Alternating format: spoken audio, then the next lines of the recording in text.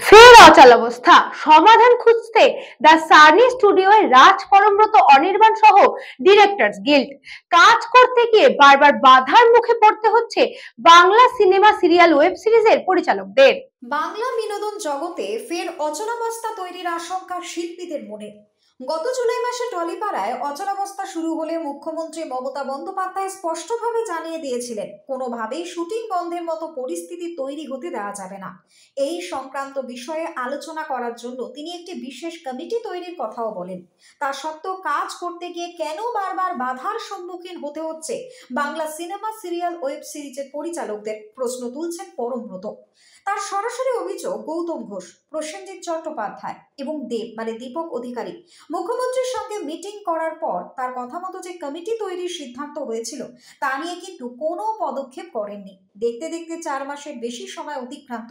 ইতিমধ্যে জয়দীপ বন্দ্যোপাধ্যায়, কৌশিক গঙ্গোপাধ্যায়ের মতো পরিচালকদের শুটিং করতে গিয়ে সমস্যার সম্মুখীন হতে হচ্ছে। টলিপাড়ায় সিরিয়াল জগতের পরিচালকদের অন্যতম বড় মুখ সৃজিত রায়। তার সেটের টেকনিশিয়ানদের পরিচালকের বিরুদ্ধে পরিচিত করা হয়েছে বলে অভিযোগ। নিজেদের মধ্যে আলোচনায় বসেছে ডিরেক্টরস গিল্ড। গোটা ঘটনার জেরে বাংলার বিনোদন জগতে ফের অচলাবস্থা তৈরির আশঙ্কা শিল্পীদের মনে। শেষ খবর পাওয়া অনুযায়ী ডিরেক্টররা একটি মিটিং করেছেন এবং আগামীকাল পর্যন্ত তারা অপেক্ষা করবেন। সমস্যার সমাধান না হলে অনির্দিষ্টকালের জন্য শুটিং বন্ধ হয়ে যেতে পারে বলেও মনে করা হচ্ছে। গত পরশু রাত্রিবেলা আমি জানতে পারি আর্ট সেটিং গিল্ড নাকি আমার নতুন সেটে কাজ বন্ধ করে। রাইট। তো আমি তো অবাক হয়ে যাই, মানে কেন, এটা কোনো কারণ বুঝতে পারি না। তো কালকে সকালবেলা যথারীতি তারা আসে না এবং আমি ওদের সঙ্গে যোগাযোগ করার চেষ্টা করি এবং বিষয়টা যেটা দাঁড়ায়, তারপর 12টা নাগাদ ওদের প্রেসিডেন্টের সঙ্গে আমার কথা। তো উনি জানান যে আমার সঙ্গে আমি নাকি কোনো সময় মিডিয়ার সামনে টেকনিশিয়ান বিরোধী বা ফেডারেশন বিরোধী কোনো বক্তব্য দিয়েছি। রাইট। সেটার জন্য ওনারা খুব দুঃখ পেয়েছেন এবং উনি আমার সঙ্গে কাজ করেন। আমার খুব ভালো কথা। এবং তাকে আমি বলি যে আজকে সারাটা দিন তুমি সময় নাও, তুমি একটা প্রমাণ আনো।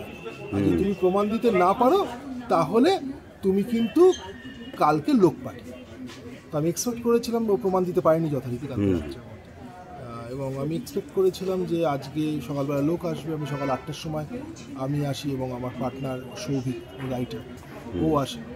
তো আমরা সকাল 8টা থেকে এসে আমি 8টা 20 অবধি, কেন ওরা খুব পাঞ্চুয়াল, প্রচণ্ড পাঞ্চুয়াল, কোনোদিন লেট করে না। তো 8টা 20 অবধি আমি ওয়েট করে দেখি যে তারা কেউ আসে না। এবং আমি তো বুঝতে পারছি না, আমার কালকে ফেডারেশন একটা মেল করেছে, সেই মেলের রিপ্লাই পাইনি আমি, যে আমার এখানে অ্যালিগেশনটা কি, আসল কি, কি বলেছি না। আপনাদের কাছেও আমার প্রশ্ন, যে আপনাদের কাছেও কোনো রকম বাইট থাকে বা কিছু থাকে বা প্রিন্ট মিডিয়ার কাছে আমাকে তো পাঠান, আমিও দেখতে চাই আমি কি বলেছি।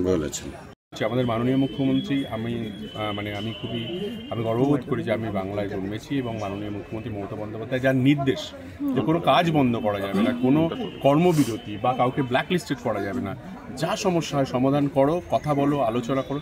তারপরে কারা এরা যারা এই ধরনের একটা পরিস্থিতি তৈরি করার চেষ্টা করছে, আমার মনে হয় সেটা খুব ইম্পর্টেন্ট, সেটা খুঁজে বের করা উচিত যে কারা এটা আমার মনে হয় যে ওভারঅল টেকনিশিয়ান যারা, তারা কিন্তু কাজ করতেই চায়।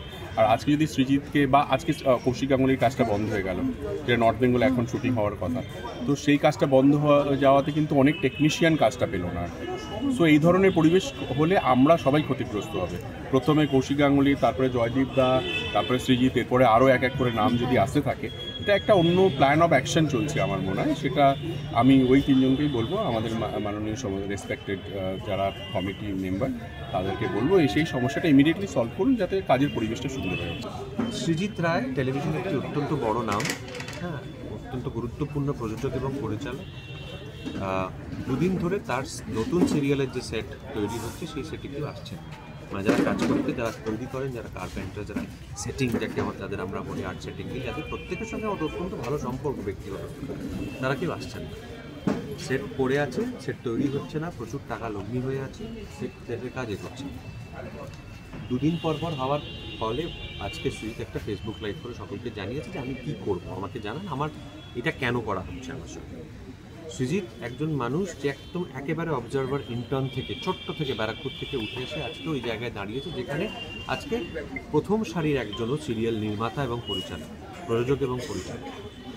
তার সঙ্গে যেটা করা হচ্ছে, আমি যদি ধরে নিলাম তারপর সে কোনো ভুল করেছে, সে কোনো অন্যায় করেছে, সেই অন্যায়টা আদৌ অন্যায় কিনা সেটা খতিয়ে দেখার প্রশ্নটা পরে আসছে।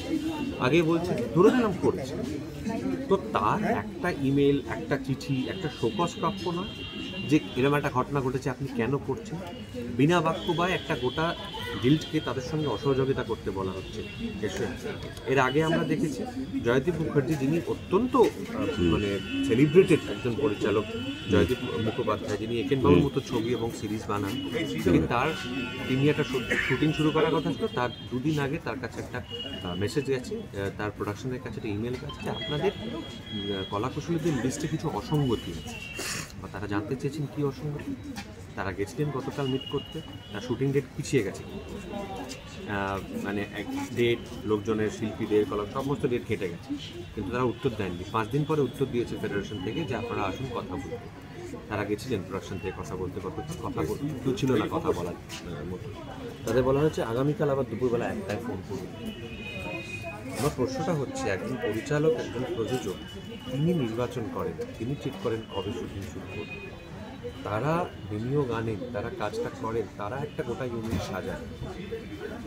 এটা মানে কারোর ইচ্ছে মতো তো হতে পারে না জিনিসটা, যে তাদের শুটিং পিছিয়ে দিলাম, শুটিং এগিয়ে দিলাম। এটা আইন আদালত নাকি পুলিশ যে পারমিশন দিচ্ছে না। ব্যুরো রিপোর্ট, নিউজ বঙ্গ টাইম।